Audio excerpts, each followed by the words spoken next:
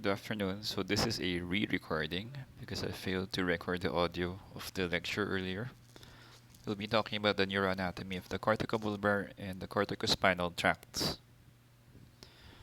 So after this lecture, you'll be able to trace the motor pathways from the cerebral cortex, from the corona radiata down to from the centrum semivalve to the corona radiata to the internal capsules posterior limb, the cerebral peduncle crus cerebri of the midbrain, the split up bundles in the pons, the pyramid in the medulla, through the cervicomedullary junctions, the decussation, to the spinal cord.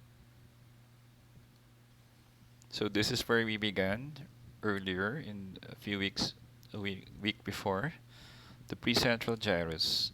Now it's familiar to you. We use the central sulcus as our guide to find this gyrus which runs from apex to ear. Looking at it from the top view, we use that central sulcus as a marker for finding this apex to ear directed precentral gyrus. Now you've been hearing about the inverted omega sign, which I also just learned together with you after listening to the neurosurgeons because it's mainly a neurosurgically important landmark, as well as for the radiologists who perform the diffusion tensor tractography.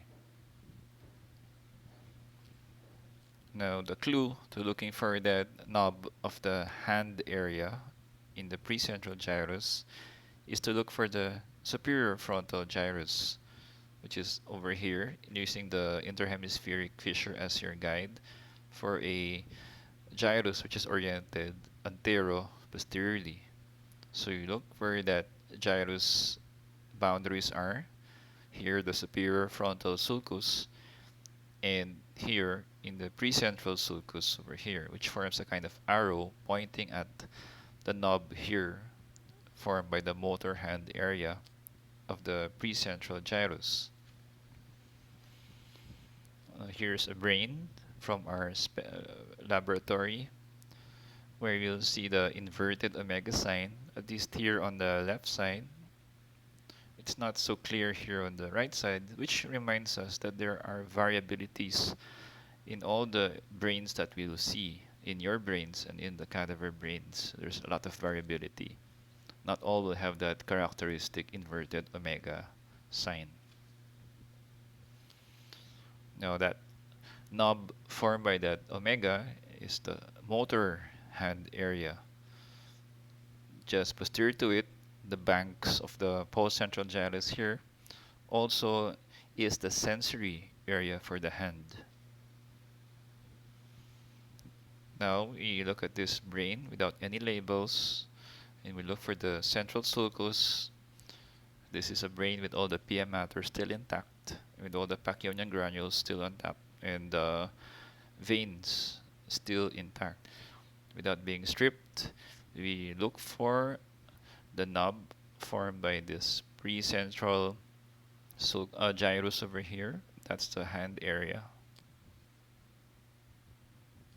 So some people would call it a knob-like piece of tissue. Okay, so the knob for the hand. This is your mnemonic. The knob for the hand area of the brain, the motor hand area. Now this is our marker for finding the other motor areas in your precentral gyrus, the primary motor cortex. Okay, as I mentioned, the inverted omega is not seen in all brains. In MRI studies, they're found in 90% of the brains studied, whereas the remainder, 30%, is an inverted epsilon sign. So they do not add up to 100% because you're looking at left and right brains. Okay, so we learn neuroanatomy stroke by stroke. Here is a person with a pure hand weakness from stroke. The face and the legs were okay, no weakness. And these are the MRI findings showing this lesion here in the knob where the motor hand area is. In here, this patient had numbness as well because there's involvement not only of the motor hand area but the sensory hand area as well. Well, this was as early as 2001 in this article by Bach and Moroka.